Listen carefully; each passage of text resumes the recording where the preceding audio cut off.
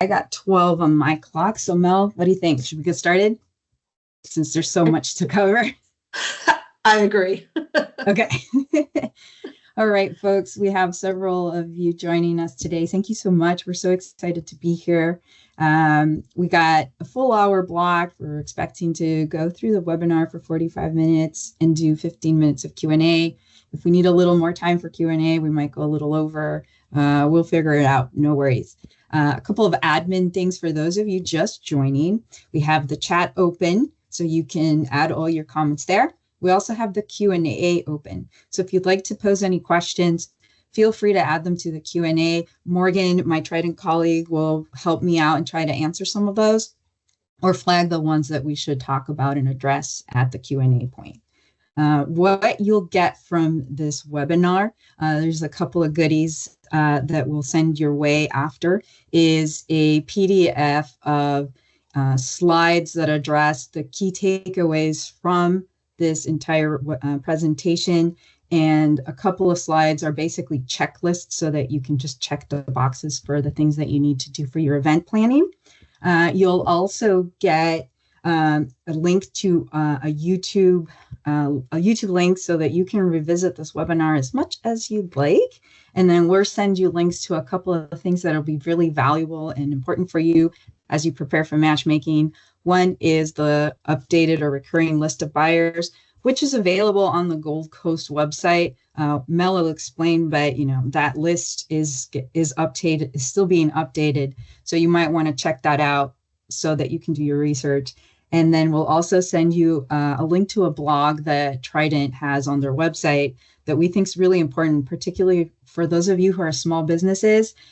Trident people like Morgan and myself, we tend to go to all these events and panels and really listen to what the government clients are saying they want and need. And that blog tells you exactly what they say you should be doing and not doing. So we highly recommend that you read that blog and all our other blogs because they're really interesting. All right, so we're just going to quickly go through who we are. Today's presenters, me, yours truly, Alexis Romero. I work for Trident Proposal Management. I wear several hats, but most of all, I'm the business intelligence team lead, which means I help people do their market research. I'm also one of the orals coaches here. For those of you who've done proposals with orals, we help people train and prepare to deliver that messaging.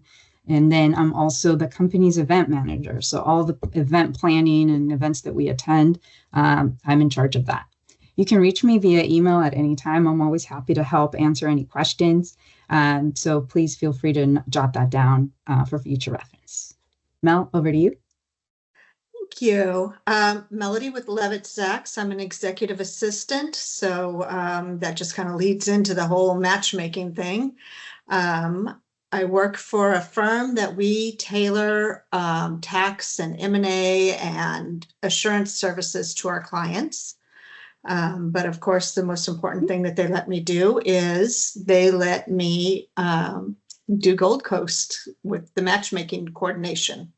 So that's really cool for me. I like seeing everybody, making those matches with the government and the large primes and being successful. So as we go on.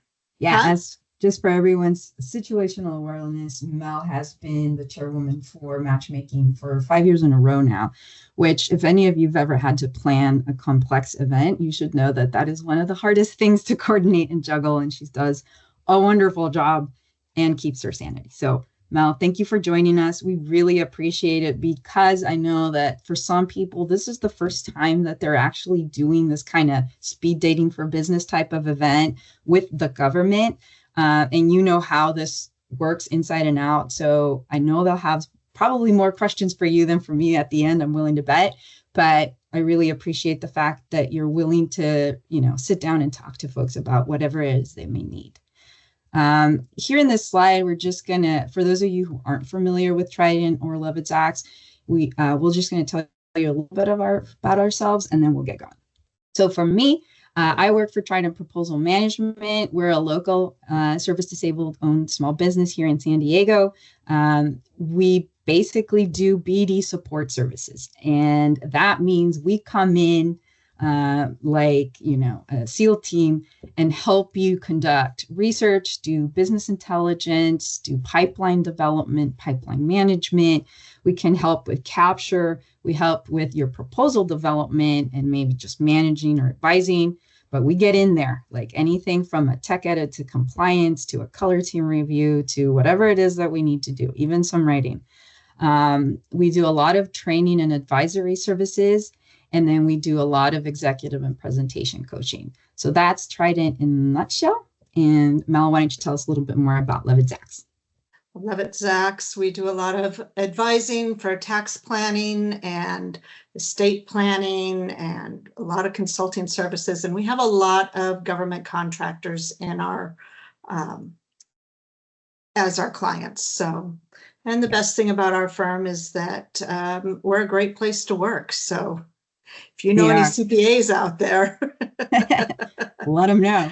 And exactly. Also, you'll see LevtiZacks in a lot. If you're in the local San Diego contracting space, they're everywhere. So that's how we've gotten to know each other and work together. Yes. Okay, now let's get to the good stuff, what you're here to see and hear today. Today, we're going to talk about how to perfect your pitch, specifically for matchmaking, the matchmaking that we're going to see at Gold Coast this year. For that, we're going to start with the very first things that we think you need to know. So Matchmaking Explained. In this section, we'll cover how matchmaking works, explain how to book your appointments, very important, and what to do if you don't get the appointments you want, because unfortunately, sometimes that happens. All right, Mel, over to you. Perfect. Thank you. This is pretty much the basics on this slide. So I'm not going to read it to you, but just to basically let you know that each buyer has a maximum of 25 appointments. So those are very valuable appointments. And so being sure to show up for them, being prepared. There's going to Alexis will go a lot further into detail on how to be prepared for these. We do have a bell, and when the meetings are over, the bell is going to go off. We don't stand there and ring it in your ear because that's super annoying, especially if you're having a very good conversation with the buyer.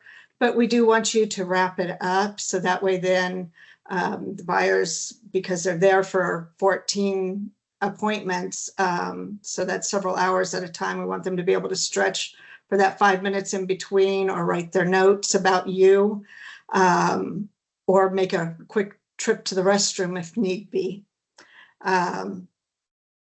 She has in here, if you miss your appointment, of course, talk to us. We'll try to get you in to see them, but there's no guarantee. So that's pretty much that for while we're at the event. Before the event, you're going to log into EventDex, the platform. Everybody should have already updated their profiles.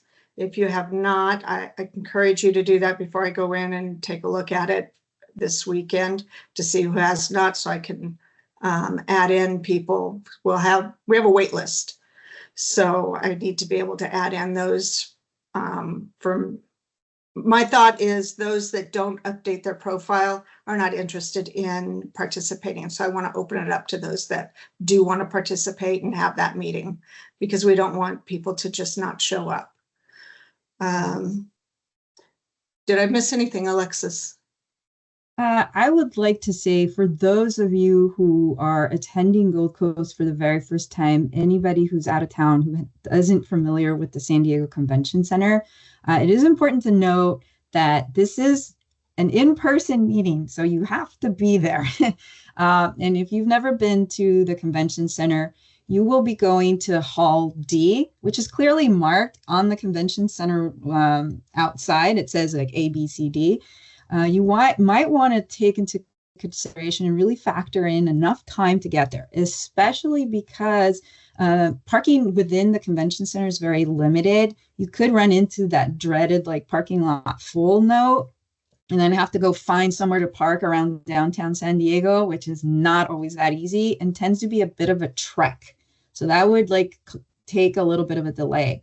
The other thing you could run into is that even you get there, if you don't already have your badge, you would have to wait in line to pick it up. And I've encountered times that the lines were really long and pretty slow. So don't risk it. Don't miss your appointment because you didn't factor these things in. For those of you who've already attended, you know that already. All right, let me go on to the next slide. Mel? So this is our current list of buyers. I'm actually currently adding more. I will try to have that list updated early next week as to the additionals that have come in.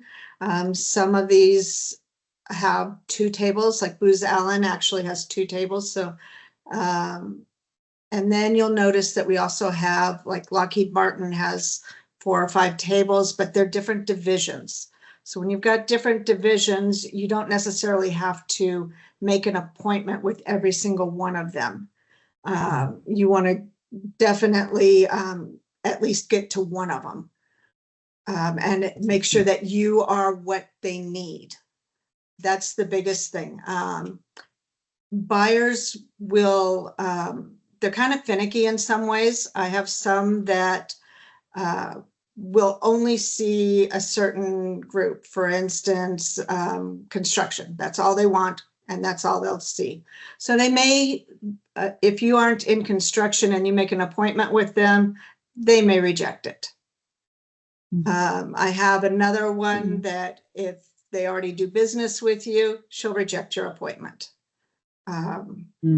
Or if you've met with that person in the past and you haven't done what she told you to do, she'll reject your appointment. So yeah, it's kind of funny. But then I have some that don't respond. They don't put in what, you know, if they've even accepted it, because they don't care. They'll meet with whoever. So it's kind of a mixed bag when you're dealing with so many people. Yeah. And so here you can see that to date, there are 72 confirmed buyers. That's a lot of organizations. And as we mentioned before, you know, if somebody misses their appointment, that buyer could be sitting there and willing to take somebody else in their stead. So for those of you who are attending matchmaking, I will tell you this several times throughout this presentation. Do your homework, know who the buyers are, have your tiered system of, I'd like to meet these people, but I have some backups, right? If something came available, you could hang around, check, and see if you can get another another appointment or something if you missed the previous one. So the key takeaway here, a lot of people to meet, be sure you know who they are, and check the website, the Gold Coast website, because this is getting updated on a regular basis. Mel, let's tell them about how to book, what important dates they should know about for booking their appointments. So I've been putting up that July 31st, yesterday deadline is, you know, trying to make sure everybody's getting their information updated, make sure that, you know, the buyers know who you are, you know who the buyers are. So I'm trying to get both sides to fill out their profiles. So that way then when the appointment scheduling opens up next week, depending upon which group you're with, you're ready to go. You're able to see who's got, you know, what needs, and vice versa. We do have some buyers that also will reach out to you and want to schedule an appointment with you. So don't throw away that opportunity either, even though you may be kind of focused on your 3 appointments. On August 14th, we take off those 3 appointment limits, so you can go back in and get more appointments. But we just want to make sure that everybody has an opportunity to participate, and we don't want someone to just hog all the appointments. Right. All right. So these are important dates. As you can see, they're all next week. So hopefully you've prepared and done your homework and know who you're meeting and why is very important. And then and one more thing, I'm sorry, Yeah. Alexis. We close the appointment scheduling on Friday, August 16th at noon Pacific. So that way then the buyers, before they're heading to San Diego, they can print out their list of who they have appointments with. Right. And have no surprises, because a lot of them, if they don't have appointments later on, they'll plan to leave early. So that's why we close it. We don't want somebody like, oh, we've scheduled an appointment and they're not here. Right. So Fair to them to plan. And another important reminder is, do not think you'll be able to show up at the table and get additional appointments set up there. I think that's really fair to know. And so you heard it here, and you'll hear it again at the table if you try to do it. Right? All right. Moving on, and let me move this here. Quick thing that I wanted to talk to you before we move on to other parts. What happens if you don't get the appointments you wanted, which could happen? Very simply, there's other things you can do. As we said, sometimes people miss their appointments, and that leaves that buyer there sitting, and they sometimes are willing to take somebody else instead. So I would say hang around, try to see if you can get another appointment. We obviously appreciate people being patient, and, Mel and her team of volunteers are going to do whatever they can to help you. So it doesn't hurt to ask, but if it can't happen, it can't happen, but try. The other thing you can do is, if you didn't get a meeting with a buyer that you're really interested in, they're still showing up to this conference, right? They're going to be there all day. They're being told to spend X amount of time there. So try and see if you can get a meeting with them, send out an email or a call and say, hey, are you going to be around at Gold Coast? I'd love to meet with you for a few minutes, after a panel, during a break, or even one of the networking events or happy hours. And then there's option 3, which I like to call the create the chance encounter, which is you do your homework, who's showing up, and the floor plan, where the booths are going to be, presentation schedules. The person in matchmaking could also be one of the people in one of the panels. So if they show up to that panel, guess what they do? They walk out of that panel when it's done. And then you create a chance encounter and say, hi, my name is this and that. I'd love to meet and talk to you about X, Y, or Z. At the end of the day, it's business development. It doesn't hurt to try. If it doesn't work, it doesn't work, but it might work. And that's what you're hoping for. Okay. All right. Let's jump into the next section. Now this gets interesting. How do we get the most out of matchmaking? So in this section, I'm going to give you the bottom line up front on what a successful face-to-face meeting looks like and how to achieve it. For that, the real value of matchmaking is that you get the opportunity to meet people face to face and create that genuine, positive, memorable, and hopefully lasting first impression. There is a big difference between meeting someone via email or phone call versus meeting somebody and talking to them in person. You really want to get the most out of that opportunity. So to do that, you have to do 4 things. You have to show up prepared. You have to have succinct and relevant messaging, and you have to be ready to listen and be responsive to their tacit or explicit wants and needs. You really have to kind of go along with what's going on in that conversation. And sometimes that means pivoting. And always, show up with a professional, courteous, and agreeable attitude. I will say this, at the end of the day, people want to work with people who will make their lives easier, not harder. So sometimes if we show up expecting certain things or demanding certain things, that creates a bit of a pullback, right? So don't underestimate the value of showing up with a professional and courteous demeanor. So again, the goal here is create a positive first impression that can lead to a genuine partnership with long-lasting benefits to both parties, to your company and to the organization, whether it be a large business or a government agency. To do that, you have to be prepared. So what does matchmaking done well look like? The day of, you show up calm and focused. You show up prepared. You've tailored your approaches with succinct and relevant messaging. You are ready to talk about specific opportunities and contracts. You ask really good, open-ended questions that lead to engaging conversation. I like to refer to that as having a dialogue, not a monologue. You establish next steps before the bell rings, because once that bell rings, it starts getting frantic. You got to get up and leave. You want to make sure you at least walk away with one thing you guys agree on that you're going to do next, and then you follow up within 48 hours. If you do not follow up, even with just a thank you, it was great to meet you, we agreed that we were going to do this, I will get back to you in a week or so, whatever, that person will move on with their life and pretty much forget everything about you. You do not want to lose momentum. You do not want to lose that opportunity. So be sure you're following all these things, and your matchmaking investment will yield results. One thing I do want to definitely come back to is something that I mentioned. You have to have succinct and relevant messaging because you only have 15 minutes with that person. What does that mean?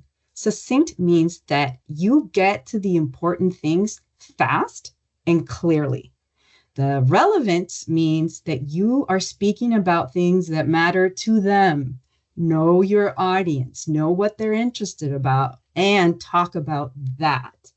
I often hear companies going for 10 minutes about like the company's genesis story or how they do like volunteer work. And I'm like, we're here to talk about contracts and opportunities. Make sure you get to that quickly and clearly. Okay, what to do before the event.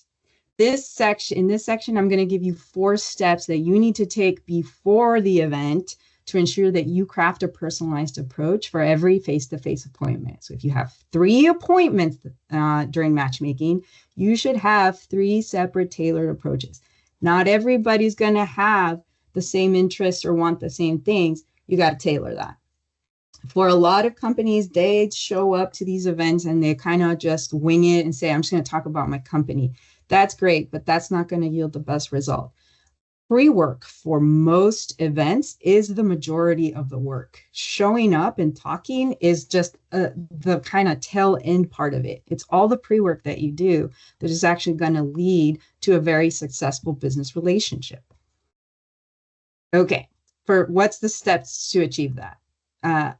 First step, develop a matchmaking strategy or, event strategy. You're going to do this. What are you trying to get out of it? When should you do it? Ideally, you should be already thinking about this before you even schedule your appointments next week, right? The first question I ask people when I'm their consultant is, why do you want to meet with this company, or why do you want to meet with this government organization? If you cannot give me that answer, I'm not sure you're going to get anything out of it. So you could really think about who in that buyer's list is there and why you think it would be great to meet with them. You should substantiate that with leads, opportunities, contracts, teaming opportunities. There should be a real reason that you think that you're going to have see business growth out of this relationship. Other things you should be asking yourself when you're thinking about what is the ultimate strategy for this matchmaking event is, what do you want to achieve? And by that, I mean, what does success look like when that bell rings? Like, you should be walking away from matchmaking saying, I nailed that. That was great. That went exactly how I wanted. That's what you should know beforehand. What kind of research do you need to do to prepare? A lot of people don't understand what I mean by doing your research beforehand. I'm going to give you a very clear example.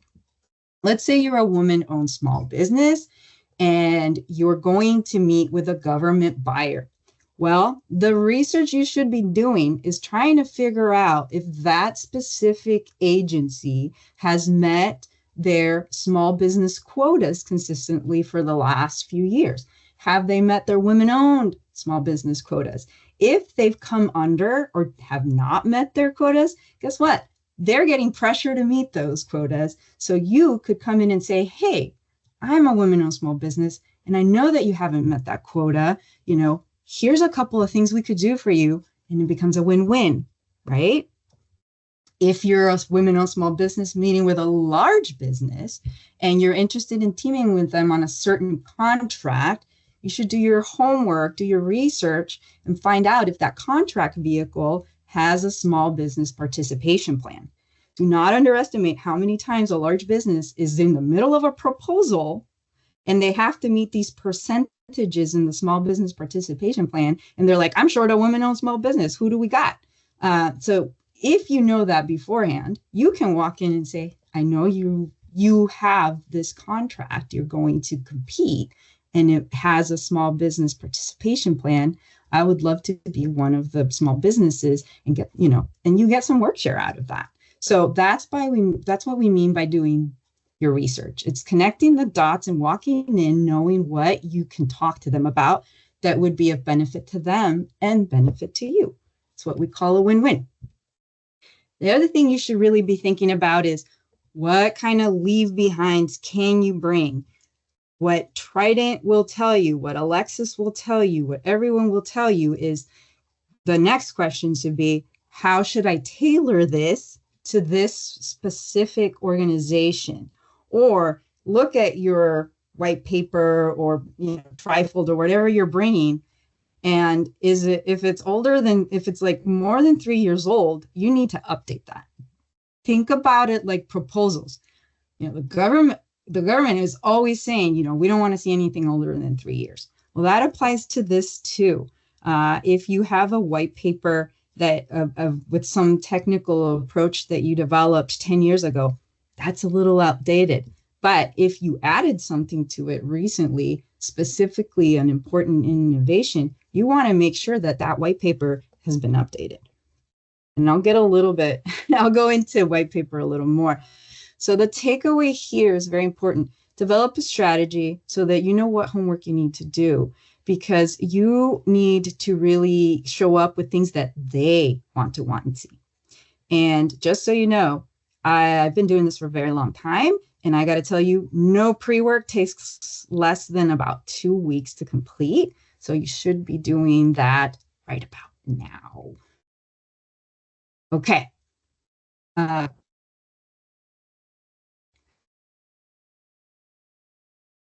Must always be tailored. They must be succinct, relevant, and tailored to the person in front of you.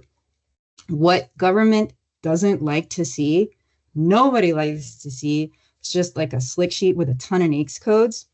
That's almost irrelevant. All your contract vehicles might be irrelevant. You have to make sure that it's focused, kind of like if you had a resume. You don't send your generic resume everywhere. You tailor it, right? So we know this. And why? Because we listen to the government. We go and sit at every panel. We go to their webinars. We take notes. We sit as a company and, share the knowledge and say, what are we learning? What are the trends? What are they asking for? Because we incorporate that in everything that we write, including proposals. So if you're a small business and you haven't really thought about that before, I strongly, strongly encourage you to go to our Trident website. Under resources, we have blogs. This blog that Morgan wrote, and she's in the webinar today, is really helpful, and it has a lot of useful information. So please, please go see it and help yourself out. The next thing, I said, there's 4 things you need to do. The second thing you need to do after you've established your strategy is to actually start conducting your research. Once you have those appointments booked, and you know for sure who you're going to meet with, you really need to start diving a little deeper into those meetings. What kind of things should you review? The organizations like long-range plans or forecast, industry debriefs, any kind of press release. That's going to help you know what they're thinking about, what they need, what they want, what their mission focus is. Then, if possible, if you want to get an idea of maybe who you might be meeting with, I would suggest you go on LinkedIn, Facebook, or even like the previous event or conference, like last year's, to kind of find out what kind of people show up to these things. A lot of people self-report by putting, I'm going to be at Gold Coast, blah, blah, blah. That's very useful. You should really get comfortable knowing who you're going to meet with. People play multiple roles. They might be matchmaking and also in a panel. They might be at the booth, et cetera, et cetera. It's always great to know a face, see if you can find out who they are and their profile and be ready. The most important thing about research that I think you should be walking away with is understanding what they're saying they need, what they care about, what their North Star is, right? We've heard people use that term before. And then from there, figure out what opportunities you could support, or within an opportunity, what specific requirement could you help them with? And always, always, always, and knowing, like, answering the question, how could I help their mission? When you walk into a matchmaking event with the answer to that question, it goes well no matter what, guaranteed, okay? So takeaway here, you cannot create an engaging conversation without knowing these things. So don't wing it. The next thing you need to do after that, which is, for me, is the most important thing, is you need to practice your pitch.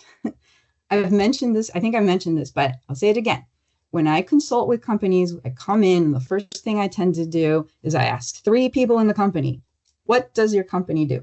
And guess what? Nobody ever tells me the exact same thing. Some people will tell me like the thing that they do. Some people will tell me what they would like the company to do. But at the end of the day, elevator pitches should be consistent and very clear. We do A, B, C, right? Like maybe you just do A, or maybe you just do A and B. But you should know that, your leadership should know that, your admin assistants should know that, anybody who picks up the phone or posts anything on social media, everybody should know those 3 things and say those 3 things consistently. If you're the one who's going to go pitch at this matchmaking event, you should know and your pitch inside and out. You should be totally comfortable with the material. You should not be like, we do systems engineering. Like, you should not be talking like that, because it just kind of affects your credibility as a company. So know your pitch, agree on what your pitch is, and then practice. Do not underestimate the power of repetition. And we actually suggest that you do it as a role-playing scenario or exercise. It's super uncomfortable and annoying. I know people hate it, but the one thing that role-playing really does is that it gets you to really think about, questions that you might have not asked yourself, and then how you answer them. So it helps you tailor your messaging. I personally recommend, anytime that I'm coaching anybody on pitching or orals, is that you do it at least 5 to 7 times. If you don't have time for that, I know you're going to say, whoa, that's a lot. Then do it 3 to 5 times. The point is, I need you to do it 3 or 5 times, no less, because there's a bit of a roller coaster on how people improve. They start, they're bad. It's like the first time they do it, they're bad, but then they get better, but then they get worse, but then they get better, and then they get worse. So what you want to do is, the last time you practice, it didn't go very well. That means that when you show up for matchmaking, you'll be at your best. Okay. So things I would suggest you really prepare and know inside and out are, what do you do? I would love to see people tell me 3 to 5 things. Even a huge company that does 100 things, I would love you to keep it to the 3 and 5 things that are relevant to me. Once you start going past the laundry list of 10 or more, it screams you're not specialized. And what the takeaway tends to be on the other side is that these guys are masters of none. So I would rather you just stick to your strengths, right? If you are going to talk about what you do and then go into a little bit of detail on how you do it, i.e. like your technical approaches, you should really, really know your outline to that approach inside and out, and the key differentiators. If you do systems engineering, guess what? So does everybody else. If you do cybersecurity, guess what? So does everybody else. What's the special thing about you? If you don't know that, how are you going to convince anybody that you should be the one they pick over anybody else? So always, always know that very clearly and be comfortable. Don't stumble. You should repeat until you know it. The other thing you should always be able to tell people is where you've done this before. It's kind of like past performance. I did this for this organization. This was the value. This was the scope. This was the magnitude. This was the complexity. Like, give them a sense of security that if they give you this work, you can handle it, right? And the other thing, last but not least, you always want to throw in there like a success story. It's always good to say, like, we did this and we achieved X, Y, or Z. Now, a lot of people, again, as a consultant on orals, I hear this a lot. People don't give their success stories in a complete manner. A success story starts with a little bit of context. Then you tell them what the problem was, then what you did to fix it, what the result of that was, and then slap in a so what. Like, we helped them, deliver within schedule, or it saved this amount of money, or it helped the government reach a milestone. Whatever it is, that's part of the success story. Now, the takeaway here, and I want everybody to think about this. Maybe you've never done speed dating before, but back in the day before apps, people would go on speed dating like events. And guess what? The last person that you would meet with in these speed dating events was the person that would get the best interaction with you. Why? Because by that point, you already knew what worked and what didn't. And so that is only attributed to the power of practice and repetition. As you talk to more people, the more you fine-tune your messaging and you get to the good stuff really quickly. So that's why I'm encouraging you ad nauseum to practice and repeat and role play. Okay? Now, fourth thing you need to do, tailor to your audience. Always, always tailor to your audience. In this case, you're either going to be meeting with large businesses or government entities. So you might have the same data and the same success story. You definitely want to make sure that that you tailor it to who you're talking to. Keep in mind that for large companies, you kind of really want to demonstrate how you can help them win the work. So think about how you could say that. For the government, you want to really show them how you can help them support their mission and make their contract vehicle a successful one. So always, always tailor because they are interested in different things. All right, I'm gonna take a deep breath. Now I'm gonna go into what to do at the event. Okay, so in this section, I'm gonna tell you 3 things you need to do at the event to create or have an engaging conversation that could actually lead to a genuine partnership, and do it all in 15 minutes, right? Because that's all the time you got. To be honest, well, let me go into this. So things you should do and should not do. First of all, don't show up late. Always be on time, be early, take into account all the things we said about the convention center. Don't wing it. Be prepared. Bring in opportunities. Be specific. Do not come in with a sense of entitlement. You are competing for limited spots. Bring your A game and say, how could we help? Do not make it all about you. You need to make it all about them. Do not be inflexible. Always be ready to listen and pivot. If you think you want to talk about this one thing for the 15 minutes and they seem to want to talk about something else, talk about that. Do not double down on the thing that they're not interested in, because you'll get nothing out of it. If you come and you're like, oh, I'm all tech, everything's on my phone, I don't have anything to leave behind, ain't wrong. You should have a QR code or something, a link, or show them, something so they can keep it and remember you. Because literally that's what it is. They're going to meet with so many people. They're going to try to have something to figure out who was who at what point and what was said. And then the worst thing is you leave with no plan or follow-up. If you do that, that was a total waste of everyone's time. You need to set clear next steps and then act on them quickly, follow up within 48 hours. Do not make them work hard to see the value in your company. All right.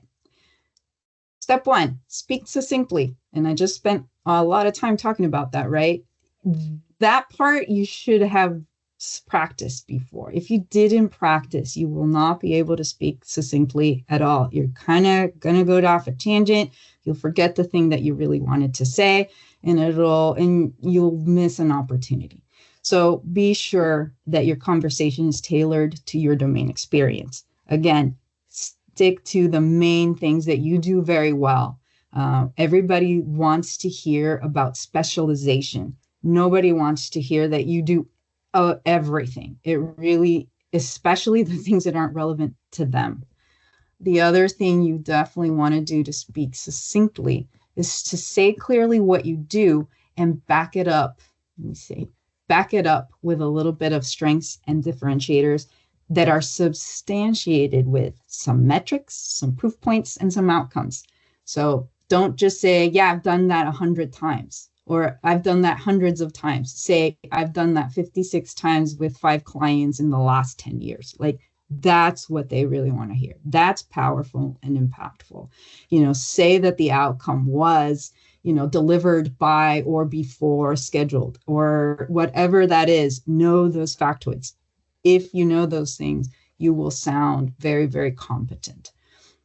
And then again, the success stories. If you did something really well, please talk about it, but provide a little bit of context.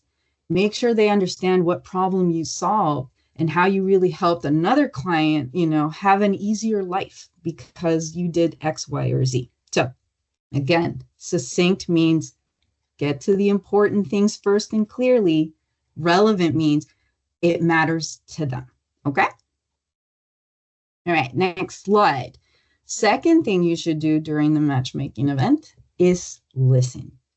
Nowadays, we are all on autopilot. Everybody's multitasking. Everybody's multi-thinking. Everybody has their phone as like a security blanket, and they're just, it's hard to focus. You have 15 minutes to really make an impression. Make the most out of that time. And you start by not making it all about you, right? This meeting is about what you can do for them. So don't make it like a company-centric conversation of we're the best, we're the only ones, this is what we do, da, da, da, da, da. Say, hey, how can we help? What could we do? How could we make your life easier? That's really important. When they're answered those things, pay attention. You will find some tacit or unspoken needs and wants, and then they'll say the things that they straight up need, right? But both things are important. Try to find some common goals in that and say, yeah, I totally understand. Or yeah, we experienced that before. This is what we did for this client over here. This is something I think we could do for you. Ask questions, preferably open-ended questions that make them feel heard. Like if they're saying, we encountered this problem, you could say, how did you deal with that? Or we've done that. We've done X, Y, or Z in the past. Is that something you've thought about? Make them feel heard. And then it's always good to kind of repeat things back to them. It makes it clear to them that you really are listening. And it's always nice to find something in common, like a bond or point of commonality. You're still people. You want to connect with people. And then again, if they change the topic or are going down some other path, be ready to pivot. Don't double down. That won't help you. So engage and be engaging. You should not be doing most of the talking. Again, this is a dialogue, not a monologue for a period of 15 minutes. And as a side note, I'd like to share this with everybody. I used to work in fundraising. And in that job, basically, we're asking people to give us a lot of money, right? In that job, I learned one thing. You're going to need to talk to 10 people before you actually get to one or two people that'll actually give you what you want. It's okay to have a conversation and it just not go very well. Like maybe you're not clicking with the person, or that person, you're not meshing, it's not very responsive, or like you feel like that just did not go well. Shake it off and move on. You got other meetings. You don't know, that person could be having a bad day. That person has maybe a million other things in their mind. Who knows? It's not personal. It's just, it is what it is. Show up, try your best, leave with a smile. And sometimes I personally recommend, like, maybe that conversation didn't work well between these two people. That same conversation could be had with two other people in some other time and place, and that be the positive outcome. So don't give up on it. Maybe it just didn't work this time. Okay. Last but not least, what should you be doing during the event? Take notes. Please take notes. Like I said, we're also distracted and rushed and multitasking. And it's a multiple day event followed by like happy hours and networks. You're going to forget valuable and critical information if you don't write it down. So please, write your notes while you're sitting and talking to that person. But once that bell rings and you got to leave that table, go and write your notes somewhere else. Don't get distracted, because you're going to need that personalized, detailed information for your follow-ups. That'll help make it easier for them to remember you, okay? Specifically, you need to write down, if you agreed on something in a follow-up action, write that, because you don't want to not fulfill your customer promise. Very important. Okay, event is over. Now what? You had your appointments, everything went great. You go to your office the next day. These are the 3 things you need to do after the event to actually steward the relationship that you just created. And steward means keep it going. First thing you need to do after an event is sit down and talk about it. And we call it an internal brief.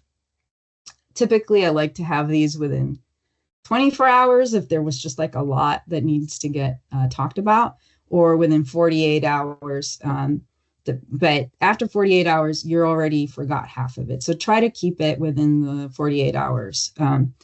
Talk to your BD team, your leadership team, have everybody sit down. Everybody shares the knowledge. Who did they talk to? What did they say? What did they agree with? What did they like? What did they not like? What did we say we're going to do? Who's going to get it done?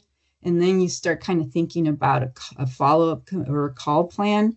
You set up some ticklers on calendars and you update your CRM. Like all these things you have to agree on as a team to make sure you get the most ROI out of this event.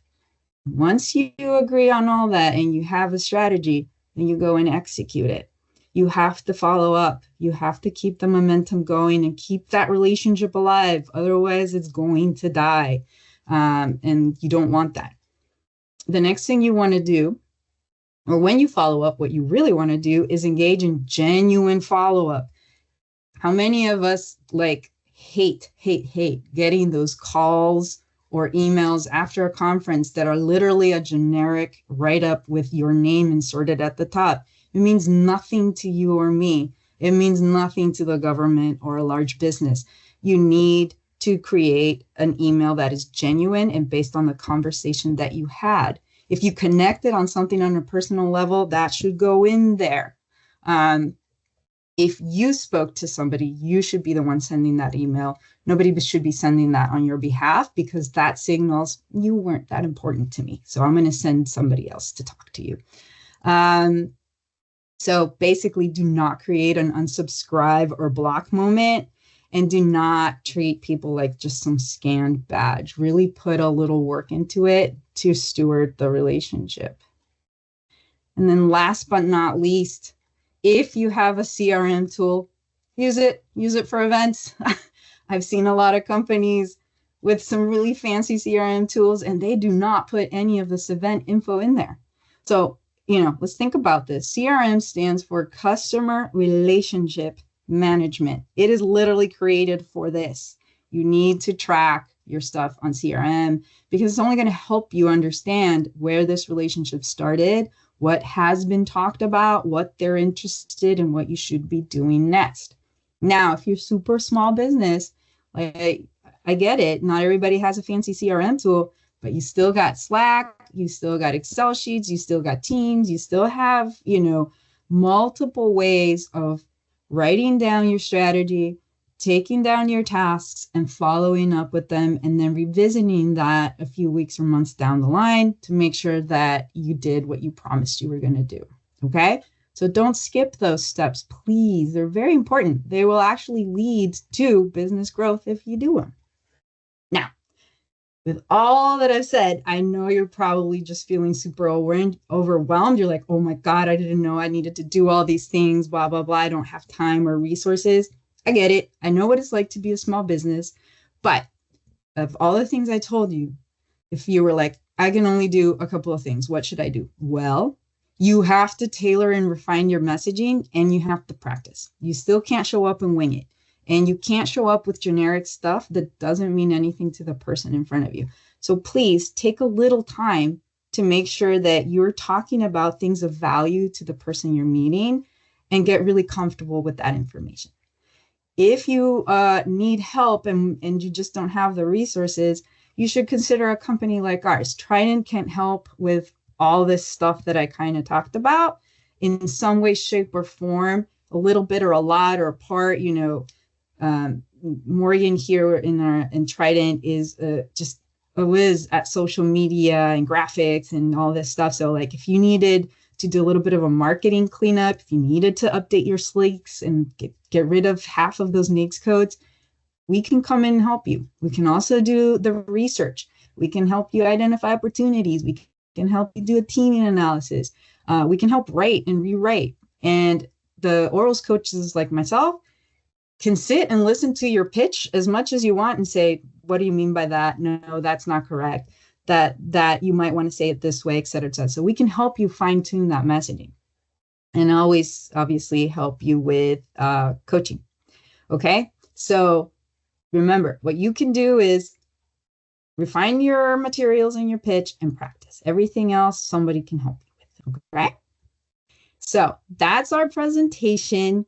That's everything we got on behalf of Trident Proposal Management and LevtiZacks. Thank you so much for joining us. I went 5 minutes over. Apologies for that. I'll happily stay back and answer any questions any of you might have. Again, here, Mel and I, our information is below. If you have any questions, feel free to send us emails. We're going to jump into Q&A right now. And as a reminder, those of you who kind of came in late, within some 24 hours, I'm going to send you a PDF with the takeaways from this presentation and some checklists. Let me kind of show you what the checklists look like. So like, it's literally the list of the things you need to do for everything that I talked about. So that should really help you. And with that, I'm going to open it up to Q&A, and I'm going to stop sharing just so I can see some faces. All right, Morgan, you want to help us like with Q&A and stuff? Chats. Ooh. There's Morgan. Oops. Ooh, there's so many. All right, sorry. There you we have are. some great questions in Q&A. So thank you everybody who's been asking questions in there. I'm just going to go ahead and run through everything I've seen. So question number 1 is, can you pick up your badge before? Assuming that's before the event. Yeah, I think, Mel, I mean, last year I did. I went like the day before. So yes, on Monday when they have, Monday. That's the free day. So yeah. One thing about the free day is that's when all the people that are setting up their booths are showing up too. So the line to pick up your badge could be really long and slow. But you would have that time. Awesome. Okay. The next question is, someone said, this will be my 3rd year doing matchmaking at Gold Coast. I've had the experience where the appointment hasn't shown up many times. What's the best path forward if you get ghosted by a prime or government agency? Unfortunately, I can't guarantee that they're all going to show up. I try very hard to make sure, especially the last year, to make sure that I've at least spoken to each one individually, to had some kind of conversation with them, because just like you guys, when you register, they're also registering and saying, hey, I'm a this, I'm a that. And some of them will say that they're a buyer and they don't intend to actually be in matchmaking. And then I have some that think that they're having matchmaking at their booth. So quite often I'll send people to their booth. And then I have the last minute people that aren't able to come. Like I had one last year that her funding suddenly went away, that she wasn't able to come out. So, you know, there's all kinds of different reasons why they don't, but the best thing you can do is in event decks, there's a little where you can chat with them. And if you still don't get a response from them, then reach out to me and I'll try and get through to them. Awesome. Thank you. Thanks for offering that, Melody. All right. The next question is there a lot of distance between booths? Is there a delay in between appointments? Just wondering if back-to-back appointments should be avoided. There's a 5-minute break in between appointments. So if you don't have to do a back-to-back, it's probably better than you have time to actually write your notes and put down what you're going to do for this particular client, buyer. Yeah. All the matchmaking is like sectioned off to one section, right? So like it's Correct. all the tables are within that matchmaking section. And then the booths and like main exhibit hall, it's an exhibit hall. It's a walk away. Panels are even further away. And then like bathrooms are very far away. So if you were in the matchmaking and needed to run to the restroom, that could take you a full 10 to 15 minutes, just so you know. So like, think about that. You're not going to have to go from matchmaking to a booth to a panel and back, but you would probably just want to stay in that one matchmaking area and no liquids until you're done. Awesome. Okay, Right, there's questions about profile topics, so I'm going to jump into those.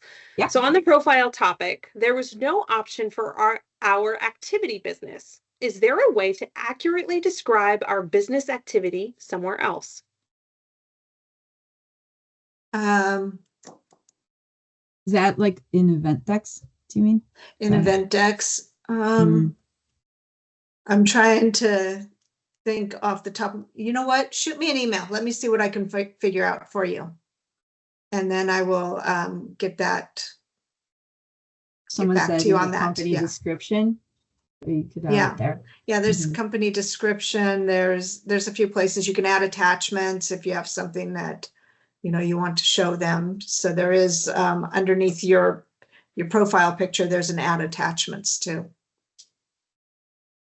Awesome. Yeah. Okay. Great. There was another profile question. Someone said, I'm updating my profile. Where do we sign up for the matchmaking? Is this something you'll be sending that out soon?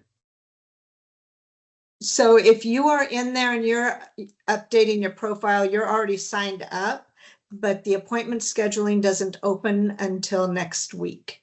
So that's when you'll be able to make appointments depending upon where you fall in, whether you're a sponsor, an early bird, which means you were that you registered for the conference by March 15th, or you're in the August 9th group. Okay, and just for everybody's awareness, I just put those dates in the chat as well, and I pulled them from the Gold Coast website. Yes. Okay, a few more questions.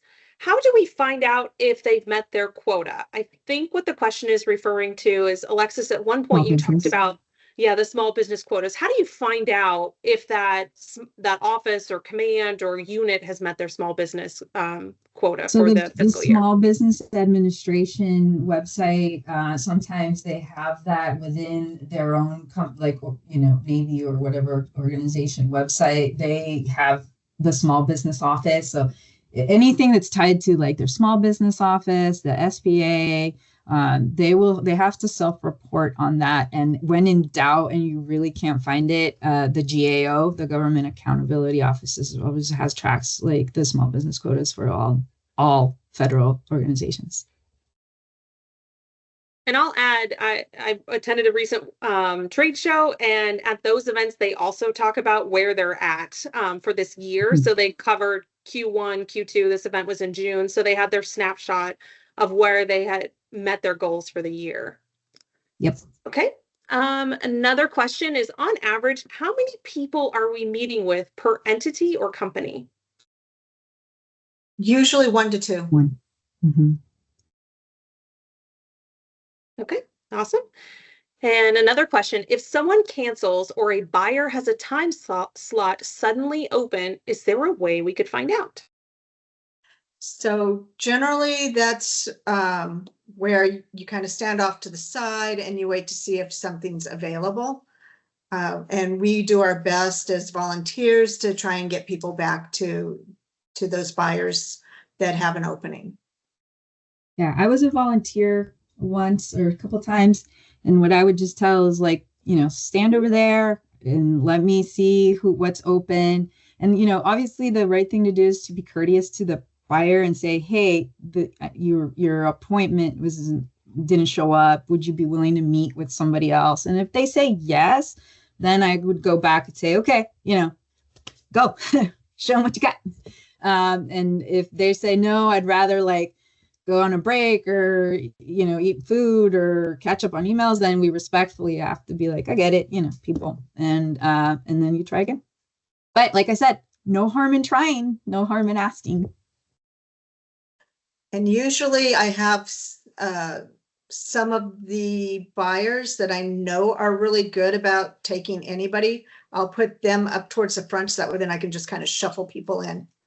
Yeah, there's always the ones that'll take anybody. They're my favorite.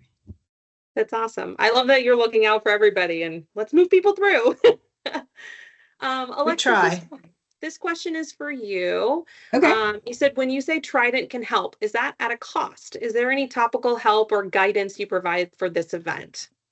So we have the checklists that we're giving out for free, the webinar that we give out for free, and it's going to be on YouTube in case you want to go back and revisit anything. I always give companies that, when I'm prospecting new companies, I give them 30-minute consultations for free. So if somebody had a burning question for free, I'm happy to get on the phone and talk. I talk on the phone. Do not email me back and forth. We never achieve anything with that. Just call me, or email me. We'll set up a time and then call me and I can help you with whatever it needs, some basic guidance. What we don't do is provide the free full research service or the full marketing or graphics service for free. That becomes an actual statement of work we put in time. It's usually, it's very flexible. I tend to tell really quickly what kind of work you really, really know you need. And then we just kind of give you an estimate on you need about 5 hours to do this. Here's what that would cost. Or you could be give me the endless hours and I'll at your beck and call 24/7. But rarely does anybody need that. Awesome. I think that's a great segue. Oh, sorry, Mel. No, that's okay. I also wanted to add in that we do have several buyers, and I'll have a list at the conference of those that are not participating in matchmaking but have a booth. So I have that, and then I have for sure one that said they couldn't come, they didn't have funding, but they gave me their information, so I'll pass that out on that same thing. So there's so much opportunity, even if you don't get to meet the people you want to meet with. Yeah, so try, ask, doesn't hurt. That's BD. Are there any final questions from the group? I put it in the chat. I've been monitoring it. Don't see anybody typing. We're happy to help. Alexis, do you want to let everybody know just a quick refresher of what they'll be receiving via email following this event? Yeah, so as I mentioned, the entire webinar is going to go up on YouTube within 24 hours. So you can revisit that and pause and, rewind the same slide all you want. I created a redacted version of the PowerPoint presentation because you don't need all that. So it's just basically do this, not that. And then, we tackled it in what to do before, during, and after. And I created one slide with a checklist of the things that you should be doing. So that way you can go off and do it on your own. I think that's really helpful. So you get that. And then we're also going to send you some links that we think could help you if, be sure to go in and check the confirmed buyers lists on a regular basis so that you can do your research. and then that one blog about what to do if you're a small business. So Awesome. That's it. Woo! Thank you all for joining. I'll pass it back over to them. But if there are any other questions, you can put them in the chat. I think, Alexis, would you mind bringing up the contact slide as well? Yeah. So they have, I know Mel and you both mentioned that they can reach out via email. So I just want to make sure everybody take a snapshot of it or whatever they want to do. But again, this will be in the email that everybody will receive. So you'll get the recording, you'll have contact information for everybody. So don't hesitate to reach out. I'm going to say a quick bit. Melody, Alexis, thank you so much for doing this. This is amazing. Gold Coast is so soon, and I'm so excited that you were able to bring this. So thank you so much for doing this today for everybody. And I'll pass it back over to you. Guys, I know you got this. Enjoy it. Have fun. I know for some people, like face-to-face conversations are like nerve-wracking. They don't have to be, you know, just do your little bit of work, chill out, and always, you know, you will never fail if your intention is to ask, you know, how can we help you? You'll always get a conversation out of that. So if you need anything, have any questions, I'm going to be around Gold Coast, all of it. I'll be walking around. You know my face. I don't know yours. So be sure to stop and say hi. And I'm happy to help you any way I can. I'll probably go hang out at the matchmaking area with Mel a little bit. You know, feel free to reach out to us. My email's pretty straightforward. It's alexis@tridentproposals.com. And Mel's email is mbakhshandeh@LevtiZacks.com. Okay? All right. Have fun. I'll see you at Gold Coast. See you guys. See ya.